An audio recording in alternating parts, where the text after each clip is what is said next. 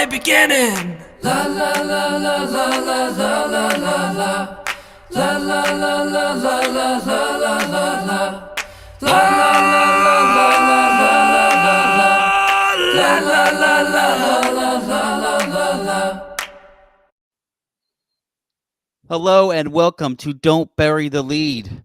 We recap WWE SmackDown every Friday night after the bell.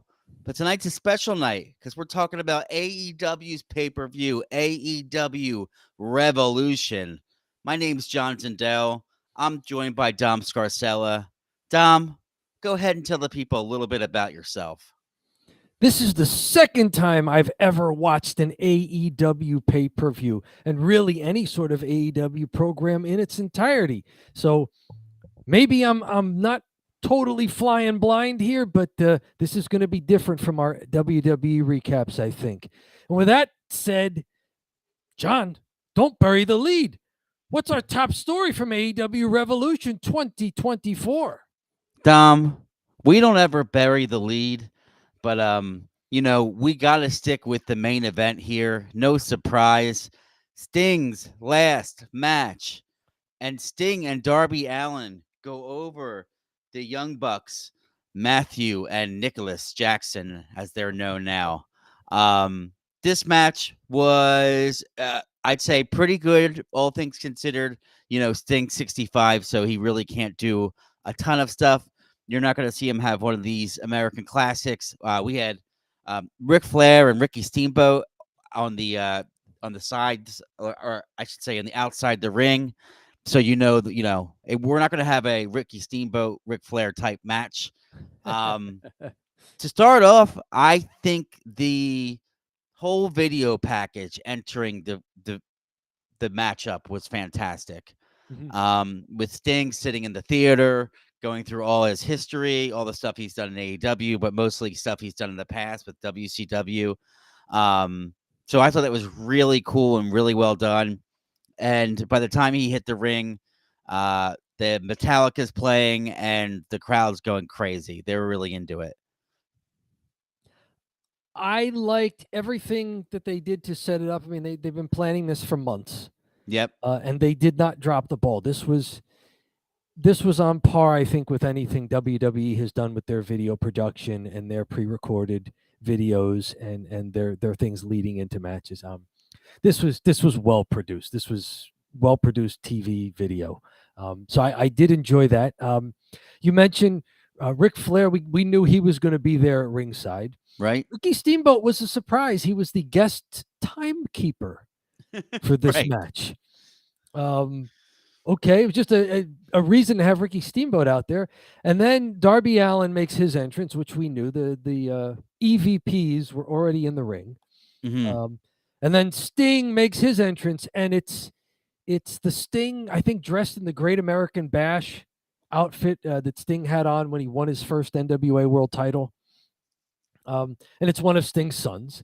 And then Sting from the Wolfpack, NWO Wolfpack days, comes out, and it's another of Sting's sons.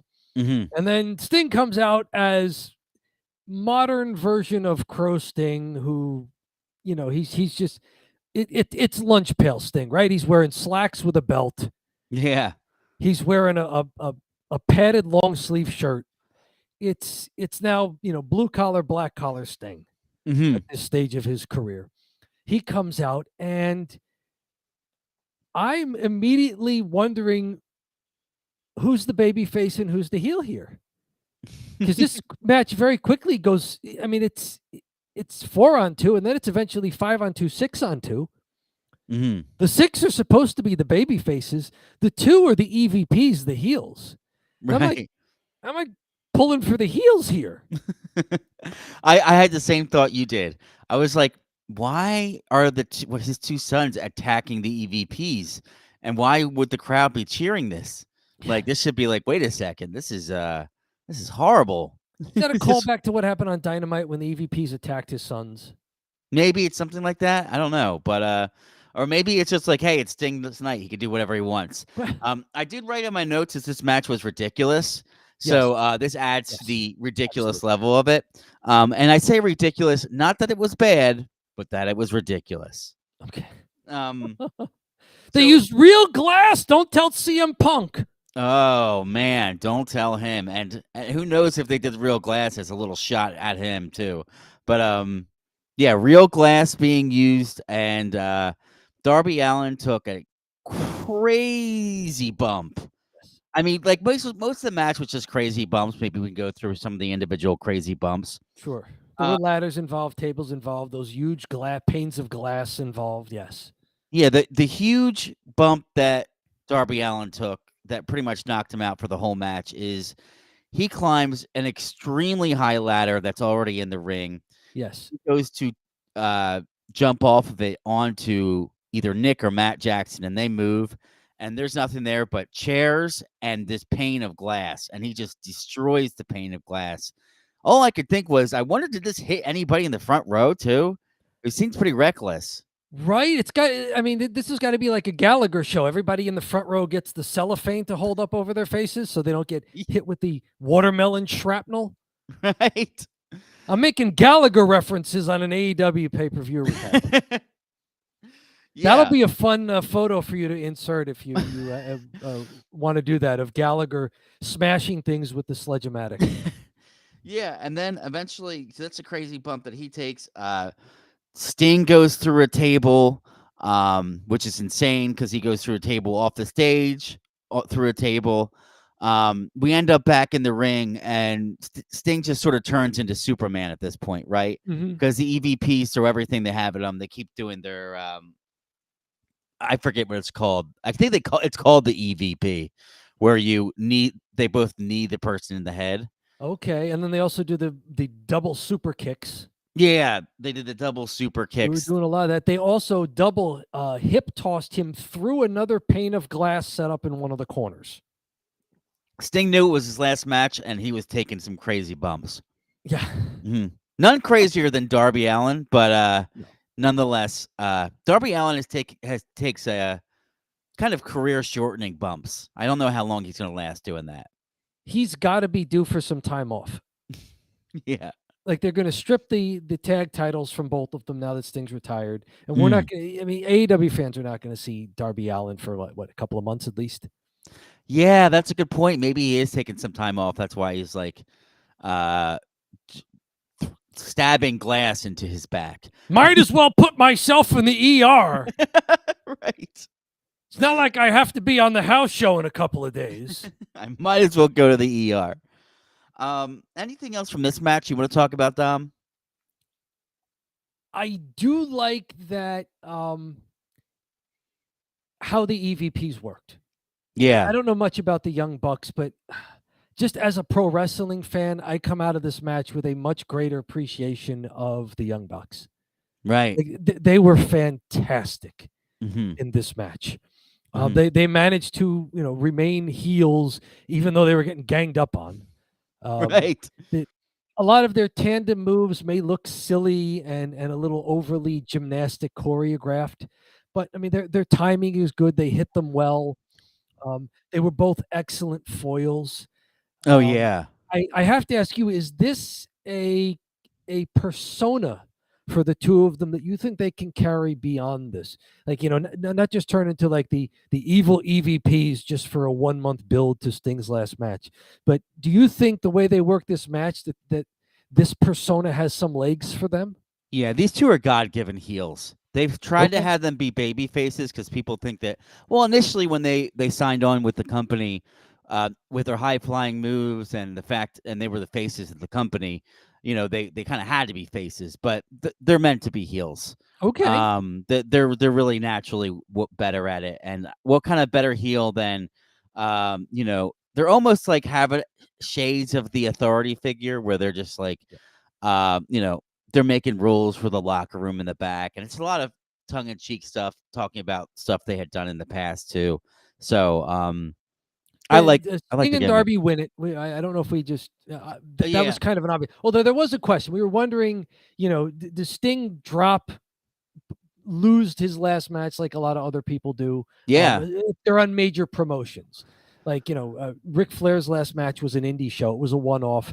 There was nothing carrying forward from that. There were no long-term storylines. So Ric Flair was in a tag team and won. Yeah. Even though he was struggling through the match. But We see to it. do this on a major promotion like AEW, where this has to carry forward, like Sting wins. Good call, bad call. What do you think of that going forward? Great call. Everybody was Great so call. happy with it. You Okay. know, the crowd was already so into it. They loved all the stuff. They were going crazy for Sting. It's a huge crowd for AEW. They had like 15,000 people in the arena, and half the people had on Sting's masks. There's people crying in the crowd after after he's giving his speech there in the crowd, and don't torture the people too much where Right. we force them to lose. I mean, we've seen that though with Undertaker and Flair in WWE. Undertaker lost his last match. Flair lost to Shawn Michaels, and it's just a dumb tradition. I like this better. Okay, very good. Because and I think the reason why they're able to do this is because the Young Bucks were so good in this role that them losing this match doesn't get in the way of what they could do going forward. Right. So again, exactly. I come out of this match praising the heck out of the Young Bucks, having known very little about them. Yeah, well, that's good. Let's move on. And I say that as a huge Sting fan from the late 80s. Right. Let's move on to the next match because it was pretty much two main events, right? We had the Sting match and we had the AEW title match. World Championship. Yeah, so this is the big belt. This is for the big belt, which is Samoa Joe has. It's Samoa Joe versus Hangman Adam Page versus Swerve Strickland in a triple threat match, and Samoa Joe ends up on top here. He knocks off Hangman Adam Page. He chokes him out. There's been a huge rivalry between Hangman and Swerve, so there's already throwing the theory that maybe Hangman lost on purpose just to keep the belt away from Swerve. But I don't know. I think that might be a stretch. I hope they don't go that direction, to be honest with you. I heard that from the announcers, and I thought to myself, oh, well, if that's the seed they're trying to plant, yeah, let's water it and see if it grows, right? Yeah, so this match was fantastic, and as far as I'm concerned, it's March 3rd, 2024. This is the match of the year for me. Okay. This is the best match I've seen all year. It's early, but I don't think anything in WWE with Royal Rumble or Elimination Chamber beats it. So for me, Okay, so you're talking everything you've watched in all promotions. This was your favorite so far. So far, this is the match of the year. I thought it was a great match too, because triple threats are tough to do. Yeah. So I mean, what made this one stand out to you as not only a great match for a pay-per-view, but as your favorite one you've seen in 2 months? Well, I'm gonna give some pluses outside of what the workers were doing. Okay. Jim Ross is back in commentary. So He Jim did Ross both, did, didn't he? he did the Sting match and he did this match. He's fantastic in these limited roles. Sometimes he gets tired in the longer matches, but when there's a big main event, there's nobody better in the business to announce it. Because a lot of announcers, I feel like, lean into comedy gimmicks, like a lot of them. So then when you get into the main event and you got three badasses and Samoa Joe, Hangman, Adam Page, Swerve Strickland putting it all out there, you gotta kind of have to have a guy like Jim Ross who takes pro wrestling very seriously, right? So I love JR. And then the other thing I noticed here was the crowd. The crowd was just so into it the whole match. They were chanting for Swerve. They were booing the hell out of Adam Page when he was hitting the ref, and they were really into Joe as well. Was Joe kind of the tweener in this match? Felt like it, right? Okay. Mm-hmm. Like he wasn't as heel as Page, but he wasn't as babyface according to the crowd as Swerve. Mm-hmm. Okay. Exactly. So I've been talking about this match and what I liked about it. What did you like about it? These are big athletic guys who I think there were enough one-on-one standoffs between guys where they could wrestle. Mm-hmm. But then there was always that, it's a triple threat. So guys breaking up pinfalls, breaking up submissions. Hangman Adam Page doing the real heel thing and knocking out 2 referees. So in order to keep himself alive in the match and keep the match going. I had that down as a nasty ref bump. The one when he pulled the ref out of the ring. Yes. And the ref, he didn't take the bump like he just took it like somebody getting drug out of the ring. It's not like he went and did the back bump. He just got drug out and looks like it lands on his head. And I just said, "Oh, that looks nasty," That was not how they practiced it. Oh, no. But he really gets some heat from the crowd too, which is interesting because sometimes the crowd will cheer stuff like that. But the crowd really gives it to him after he hurts both the refs. Yeah. So I mean, Hangman Adam Page is doing heel stuff, and the crowd is treating him like a heel. So there wasn't there wasn't a lot of smart markiness going on from the live crowd, at least not in these 2 main events. No, it was not like a smart marky thing where they start to take it over, and make it their own thing. They're booing the heel, they're cheering the face, and they're paying attention to what's happening in the match. It's not just like shallow, like somebody's holding up a cue card. Applause, please. It wasn't that. So I like the match. I liked that it was 3 powerful guys. After watching a few matches that were like little flippy guys. Yeah. And I know Darby Allin winds up being that as well later on, and the Young Bucks are kind of that. These were 3 guys who can wrestle and do power moves. And they're well-rounded competitors in the ring. For sure. Especially this is what you want out of your AEW World Championship. You want well-rounded guys who can put on a really robust match. I think that may be the first time I've said robust in the year and a half we've done Don't Bury the Lead. I've done physicality, I've done gravitas. Let's chalk one up. Let's create a new column in the Excel spreadsheet there for robust. Robust. Coming to a short near you, the robust. Yes. And we're only 25 subscribers away from 500, and yes. And we're very close in the watch hours too. So once we get there, we can make our own merchandise through YouTube. So that might be a T-shirt, Dom. There might be a T-shirt that might be a good teaser right now. If you're watching us live, or if you're watching us on a recording, tell us in the live chat or tell us in the comments. What do you think of these 2 main events? What stood out to you about just how different they were? Even though rules-wise they could have been very similar. Like a Texas Tornado tag match is basically a fatal 4-way, and the world title match was a triple threat. So these are the same kind of chaotic matches, but they were very different. What do you think of Samoa Joe, Hangman Page, and Swerve Strickland, and just the style they were wrestling? Did you think it fit with each other? Was there good chemistry there? And what do you think of how that mess of a main event Sting's retirement match turned out? I mean, there was a lot going on there and a lot to unpack. What did you think of it? Was there enough there that made it that allowed them to, how should I put this, to mask the fact that Sting is 2.5 weeks away from turning 65? Yeah, right. Without there being so much stuff that you went, this is a clown show. It was ridiculous, but it was good. That was my take, but we'll let the chat. So yeah, anybody else jump in that, because this is a tough one to wrap your head around, for me at least. I mean, these are weird. Yeah, it's a match. It probably isn't for everyone.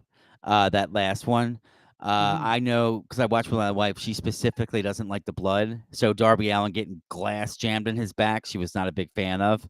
I'm not either, really, but it gave them an excuse for Darby Allin to just like be out of the action until the very, very end when he breaks up a double team move. And then after one of the Bucks kicks out of the Scorpion Death Drop, Darby Allin hits a bloody coffin drop on that poor person. Hey, back to the other main event here. Yeah. Did you? I had a couple more spots I wanted to call out that I really liked. Spots. Yeah, since we're just talking about random spots from the 2 main events. Yeah. So tell me what stood out to you, because I don't know a lot about these guys. I mean, I know a lot of Samoa Joe, so I recognize the Muscle Buster and his choke out sleeper that he does on people, and I know that he's able to use the ropes and the turnbuckles, and he's a well-rounded guy. But tell me the spots that stood out to you from especially Swerve and Hangman. Swerve was great, or I should say Samoa Joe was great this match. When Swerve jumped off the top ropes and he just like smiled and walked away, and Swerve just face plants, like that's so good. He eventually hits him with it later in the match, so it's a good callback to him missing it but then actually hitting it. There was a certain scene when Joe has Hangman all wrapped up, and it looks like Hangman's about to tap, and Swerve does some wild jump off the top rope, and he lands, hurts himself, and then the other two are hurt, and they're just laying there. That was the corkscrew? Yeah, the corkscrew. Yeah. And the whole crowd, all three of them lay there because they're kind of taking a bit of a break, and the crowd just starts, just like a standing ovation. Yeah. So you could tell, like, okay, they really got the crowd now. They got them hooked. And that's tough with the triple threat, right? Sometimes it gets 2-on-2-on-2, but that was good use of having three guys in the ring and then having them laid out and taking a break and letting the crowd, give them some love. And then, that's all I really had as far as one more spot.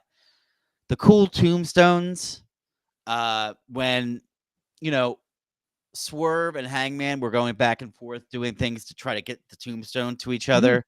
I thought that was really good.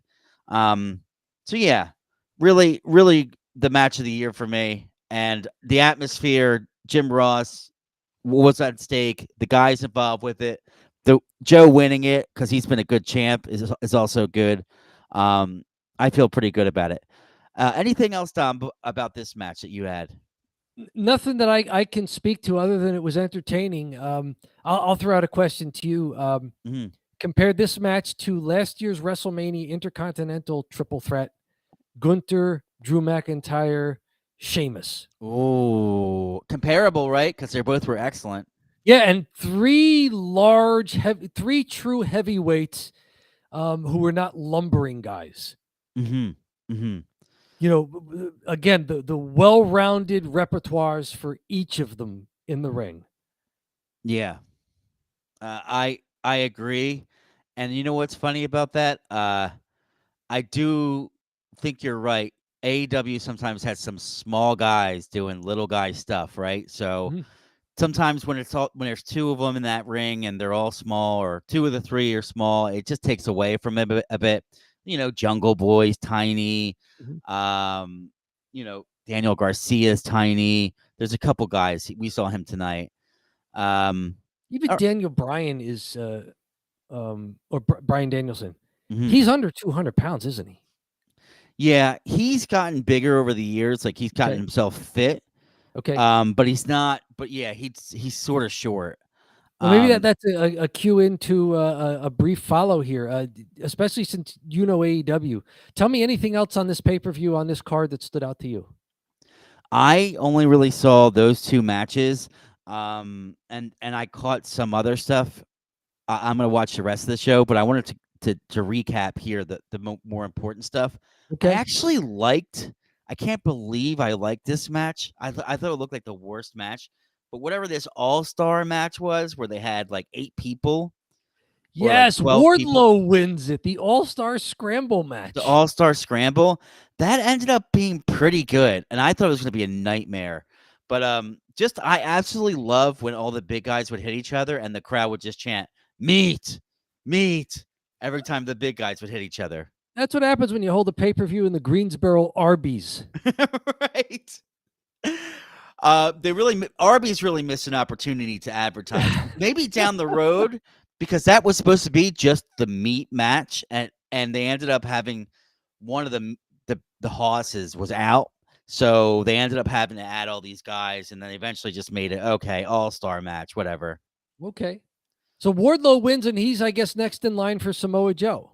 That's right. Is he is he a worthy competitor to Joe? He shouldn't win the belt, that's for sure. But I think Joe needs opponents, right? Sure. And opponents that he can beat. He's not Roman Reigns. Yeah. He can't just take 3 months off.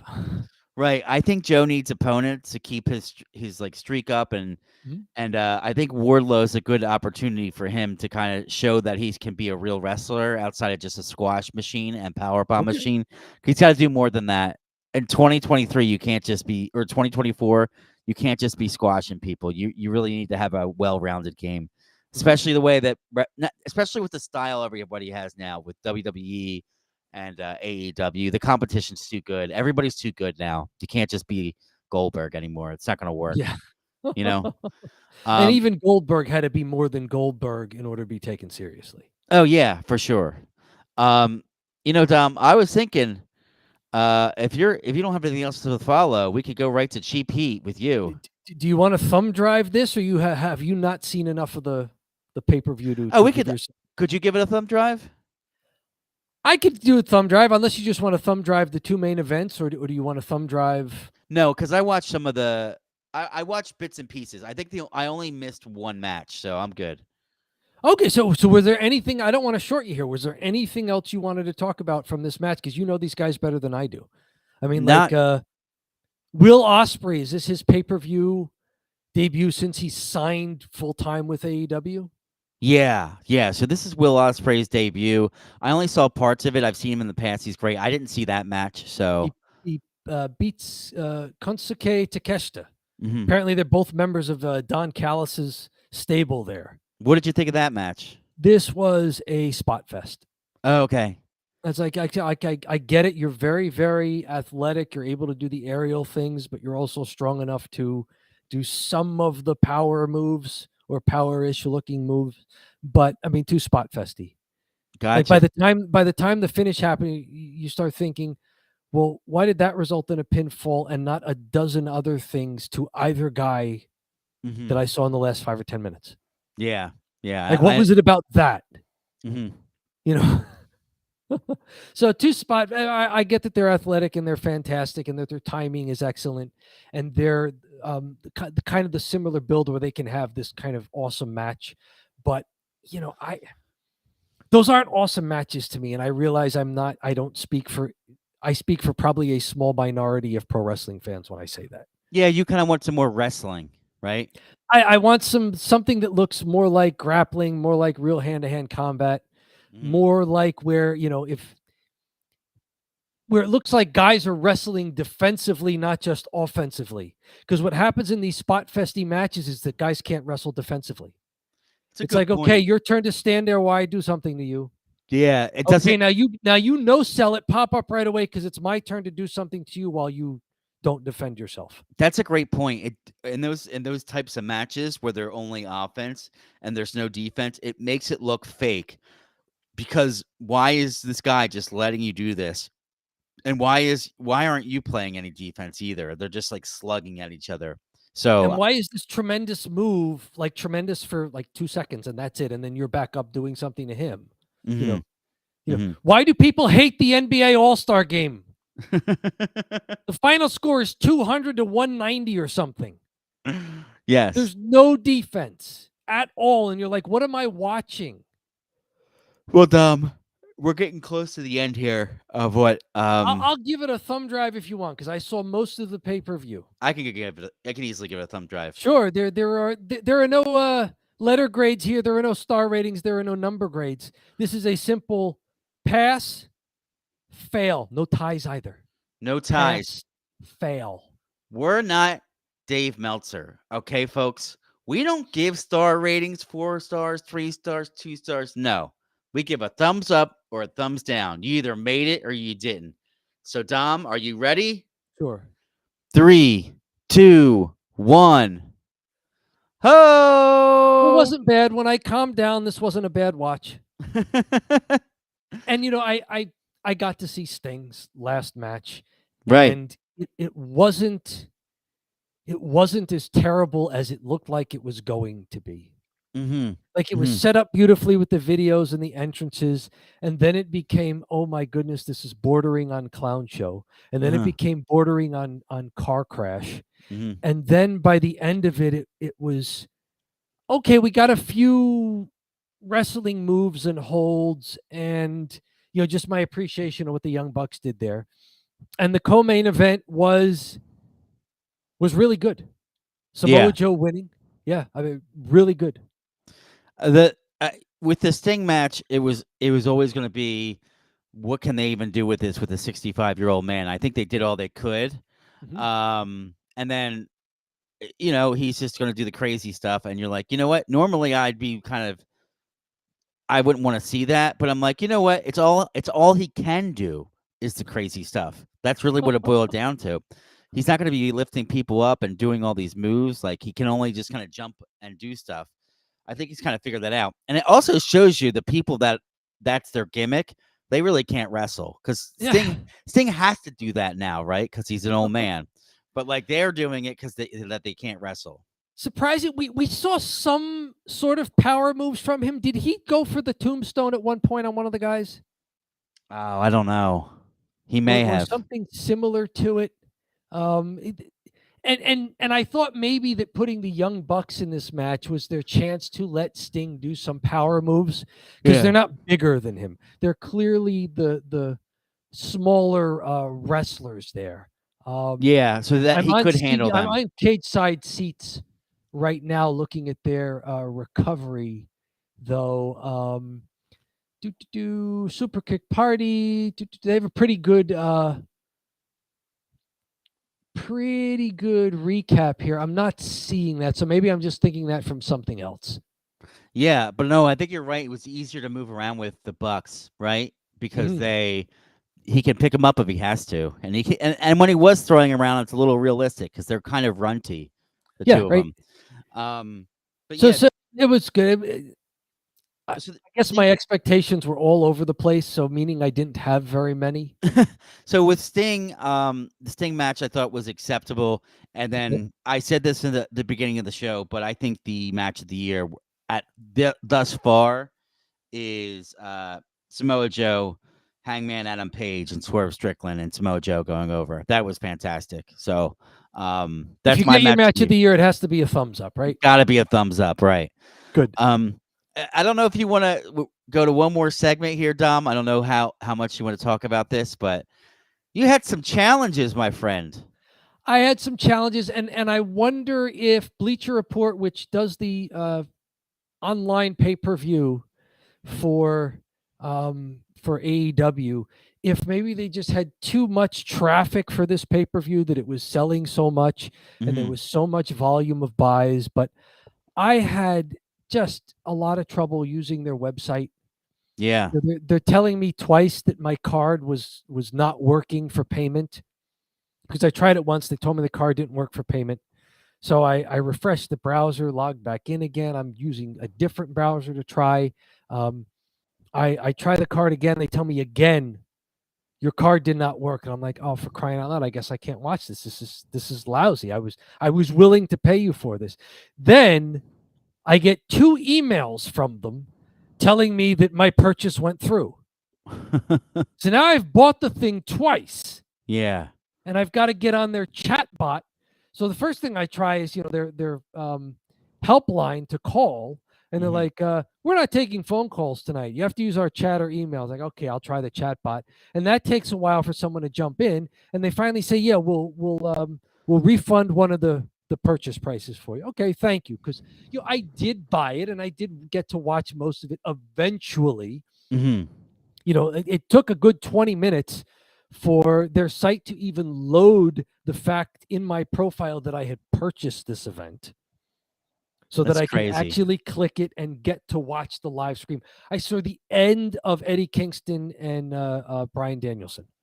So I missed the whole first match. I missed most of the second match.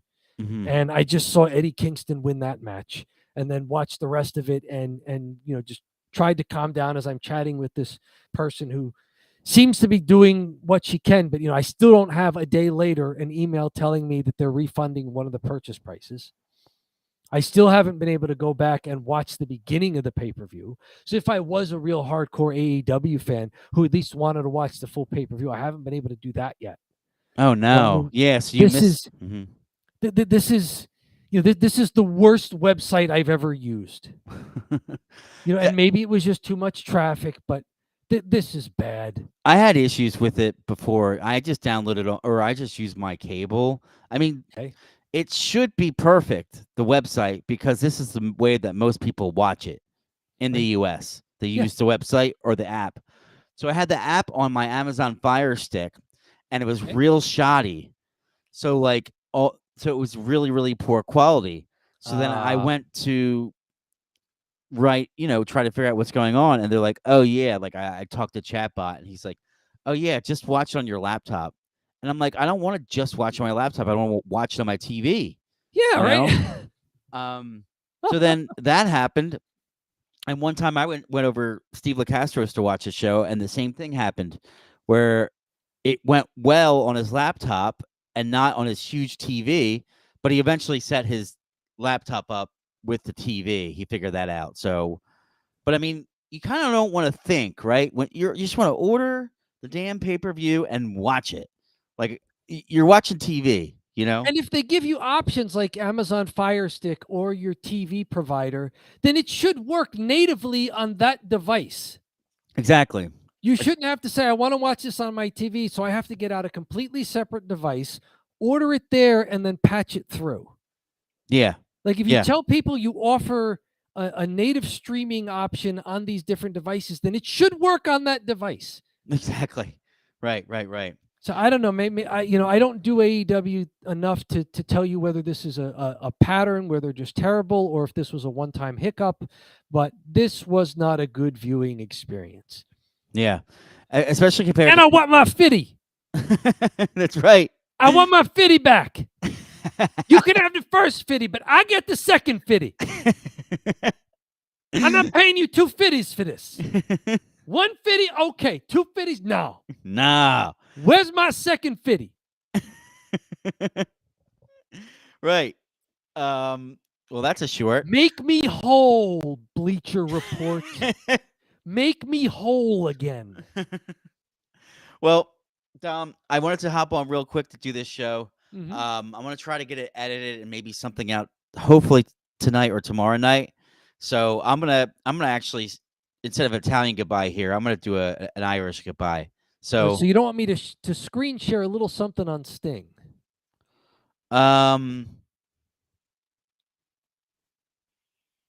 Sure, go ahead. Just from Pro Wrestling Illustrated.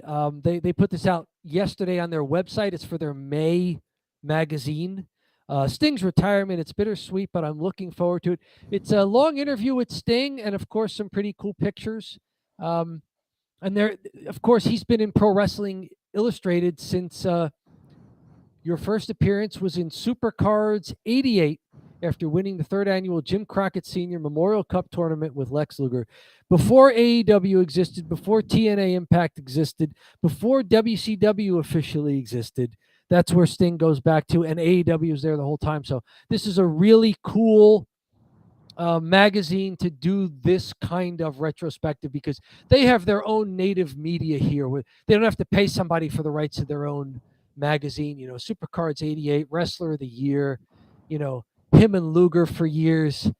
The match of the century, Starrcade '97 was supposed to be at least, so he has a long history with a media outlet like this. And they did a really cool interview with him, old pictures, newer pictures going through Sting's career. Really a cool thing. I recommend it. It's not behind a paywall, at least not now. PWI-online.com, or just search for Pro Wrestling Illustrated. Really cool article if you're a Sting fan, and if you're just a person who's wants to look back through different wrestling promotions and kind of the evolution of a character. Like what makes a guy like Sting relevant for 36 years in major promotions. It's not because he's doing the same gimmick for 36 years. It's not because he's the same athlete for 36 years, and yet he's had a persona about him and a presence about him and a connection with fans and with other wrestlers for 36 years. So he figured out how to adapt and how to adjust. It's survival does not always favor the strongest or the fastest. It favors the most adaptive, right? We learned that from evolution. And I think that's that's Sting here. So go check out PWI if you're a longtime wrestling fan, like I am. I did pick up PWI in the newsstands every now and then, 20 years ago. So great stuff on the Stinger. Tell us how far back you go with Sting. Tell us in the chat, in the comments. When did you discover Sting as a pro wrestler? Are you a fan? Were you sort of a fan and then became a fan? Were you more of a fan and then lost favorability with him? How far back do you go? I go back to the event that was in this very arena in Greensboro in 1988. Clash of the Champions 1, they were saying. I think they said it was even in this arena in Greensboro. Sting and Ric Flair, the 45-minute time limit draw for the NWA World Heavyweight Championship. Well, Dom, great stuff. Very interesting. And anybody else have anything they want to say? Just drop it in the chat before we go. Let us know what you think about AEW Revolution. And before I leave here, just wanted to kind of throw that out for you guys. We're trying to get some feedback because we both like the show, but maybe somebody else didn't, or maybe you guys thought it was awesome. And Dom, you just said it was a thumbs up, but I don't think it was the best show you've ever seen. But you gave it a thumbs up. Somebody who didn't buy it just for Sting, like me, right? Like I would have bought it no matter what the rest of the card was. So somebody who didn't just buy it for Sting, who bought it because you actually like AEW or you like the other matchups there or whatever. Tell us about that. I want more feedback, as I'm not an AEW watcher frequently at all. So, educate me. Make my pro wrestling education more robust. Make it more robust. And Dom, on that note, with that corporate speak, you're reminding me that I have work tomorrow morning. And I am getting tired. So thank you all for joining. We had quite a few people actually kind of pop in here toward the end. Excellent. And everybody Don't bury the lead on YouTube, wherever you're joining us live. The motherload of stuff, the archive of our clips that John's talking about, the shorts that are under 60 seconds, and of course, all the live stream shows, the full shows, are on the YouTube channel. So thank you wherever you're finding us. But if you want to see the full stuff, all of our library of great content, including the content we're going to make off of this full show, this live stream here. Don't bury the lead on YouTube. Help us hit our next big benchmark of subscribers. It's free to subscribe. It's free to watch. And hey, leave us a comment. Leave us a reaction. Engage with us. We want to hear from you guys. It's a lot of fun to do these shows, but it's also a lot of fun when the shows are over to see that other people have their thoughts and they're willing to share with us. I look forward to that every time we do a show. Perfect outro, Dom. That's a really great point. Subscribe. It's free. We're almost to 500 subscribers. And if you know anything about YouTube, it gets the first level of monetization, which is huge. So thank you so much for joining, everyone. We really appreciate it. Have a great rest of your evening.